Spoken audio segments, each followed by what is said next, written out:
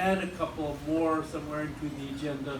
And I think it's particularly important for those of us who invest in Mexico, but also people who come from Silicon Valley, to see that, you know, we are incipient here, but we still now have gotten to the point where there are some companies that can clearly be identified as having something unique and being successes. So I think demonstrating successes and talking to the entrepreneurs, I mean, just talking to, and hearing the difficulty of raising money and it's interesting to hear sort of the journeys they all go through before achieving success. So that's kind of an element that I really enjoy. Thank you so much for saying that. And I particularly love the fact that Bridgify is a success.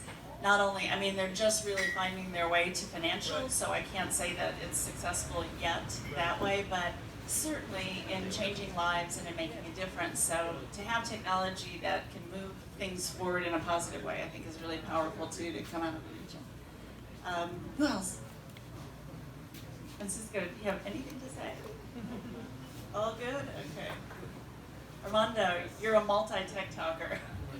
Thank you, Lynn. So again, thank you, Lynn, Andreas, congratulations, and everybody here for making it all the way to Punta Mita.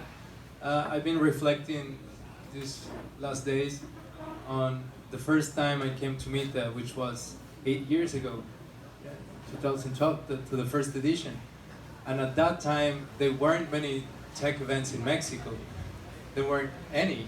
There wasn't a busy movement, there weren't any funds.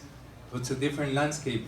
And starting from myself, I came here the first year with the idea of creating Like Me.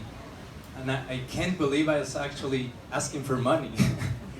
I had nothing going on, it was a web app, and now reflecting 8 years later, what has happened with our company, and then the community in Mita, and everything in Mexico, it's really exciting, and really happy to be back here. Thank you, everybody.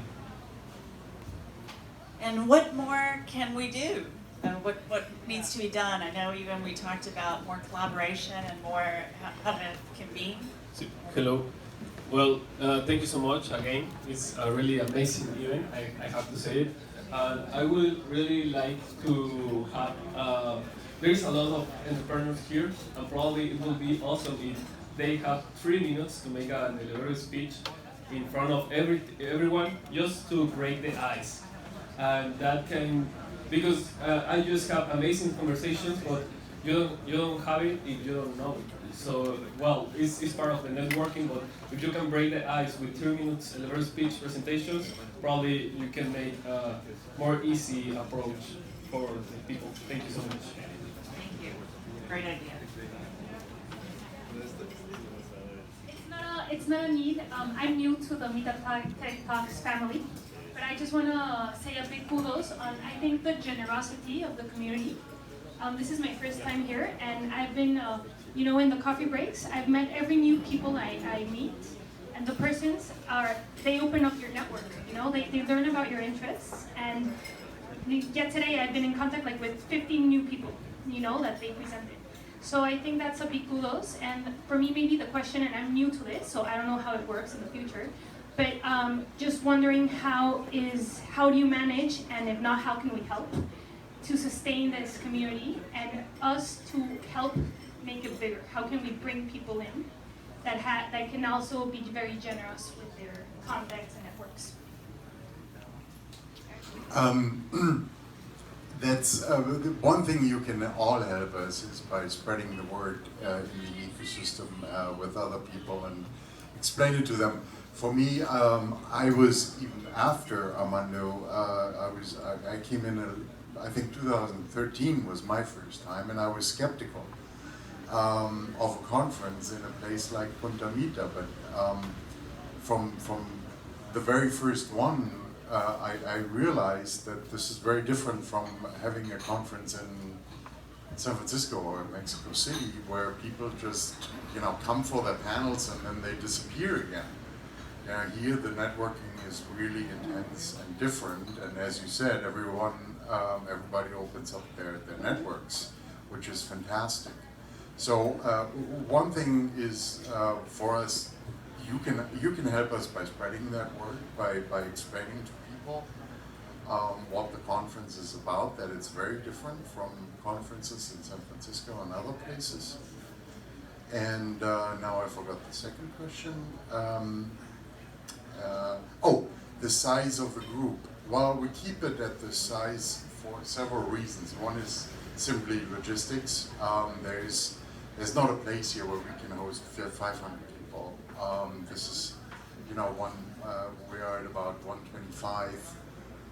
And we kind of want to keep it that way, just because that's, you know, if you go any much bigger, it's harder to talk to pretty much everybody who is here.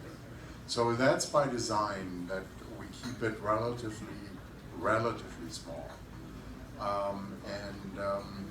But you know, as everything, you know, the ecosystem grows.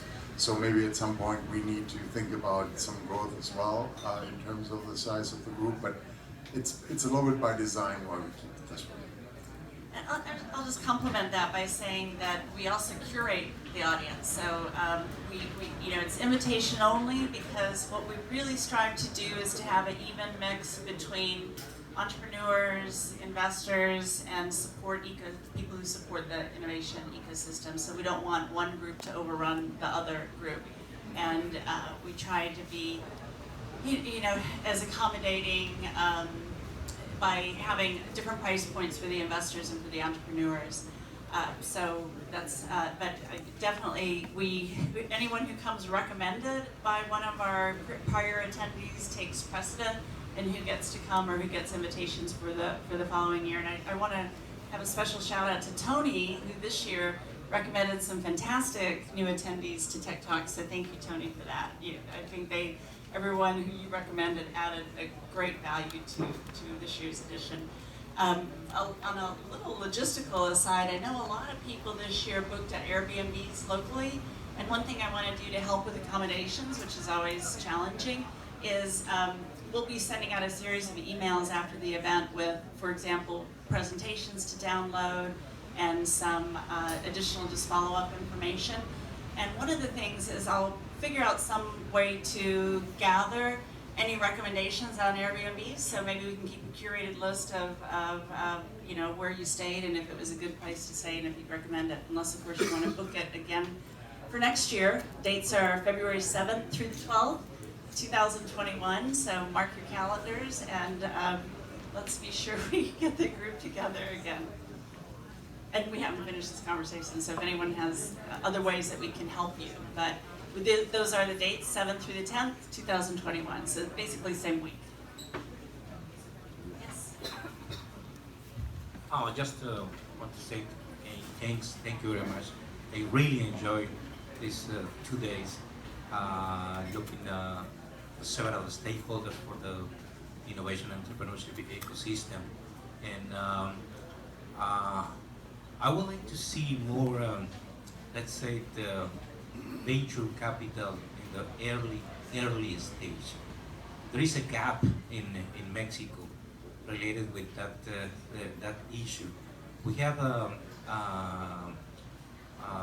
venture capitals here for the early stage, but I call it early stage because a lot of entrepreneurs are looking for kind of support, not only in terms of money, but also in terms of mentoring, in terms of specialty, etc., etc. So could be a very good to have at least let's say new venture capital funds in Mexico related with the early stage for that. And thank you very much. I really enjoyed it.